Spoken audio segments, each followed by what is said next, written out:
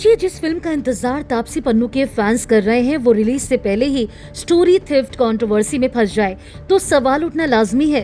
तापसी पन्नू की upcoming film Gandhari के साथ कुछ ऐसा ही हो रहा है। फिल्म के पोस्टर सामने आने के बाद राइटर कल्याण बंदी ने मेकर्स पर कहानी चोरी करने का आरोप लगाया। उनका दावा है कि उन्होंने साल 2019 में गांधारी नाम से कहानी लिखी थी और उसे रजिस्टर भी कराया था। कहा जा रहा है कि कल्याण की कहानी भी बिल्कुल एक ऐसी माँ के इर्द गिर्द है जो अपनी बेटी को बचाने के लिए खतरनाक रास्ते पर निकलती है। वहीं तापसी की गांधारी में भी एक माँ अपनी अगवा बेटी की तलाश में निकलती है। यही सब कुछ मिलता जुलता पूरी कंट्रोवर्सी की सबसे बड़ी वजह बन गया है। कल्याण बंदी का कहना है कि उन्होंने साल 2019 में अपनी कहानी मोनिका शेरगिल को भी सुनाई थी। वो उस टाइम पर वुड के साथ काम कर रही थी और अब वो नेटफ्लिक्स में वाइस प्रेसिडेंट है। इतना ही नहीं, कल्याण का दावा है कि उन्होंने सितंबर 2025 में लीगल नोटिस भी भेजा। उन्होंने इसमें तकरीबन 40 लाख कॉम्पनसेशन और कहानी के लिए सही क्रेडिट की मांग की थी।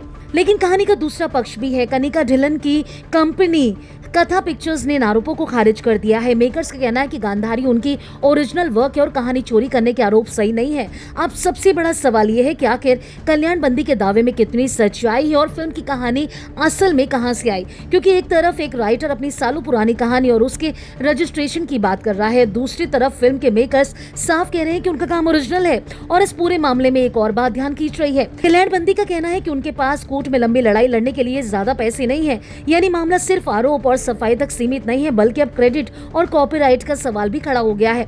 वहीं तापसी पन्नू की फिल्म गांधारी 3 सितंबर 2026 को नेटफ्लिक्स पर रिलीज होने वाली है। फिल्म में तापसी एक मां के रोल में नजर आएंगी और अपनी बेटी को ढूंढने के लिए हर हद पार करने को तैयार है। अब दिलचस्प बात यह है कि फिल्म की कहानी खुद एक ऐसी मां की है जो अपने बच्चे के लिए लड़ती है, लेकिन रिलीज से पहले ही फिल्म की कहानी को लेकर बाहर एक अलग लड़ाई शुरू हो गई है।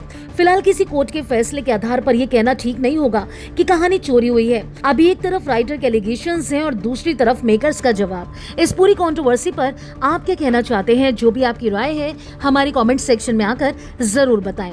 अगर आपने फिल्मी बीट को अभी तक सब्सक्राइब नहीं किया तो कर लीजिए।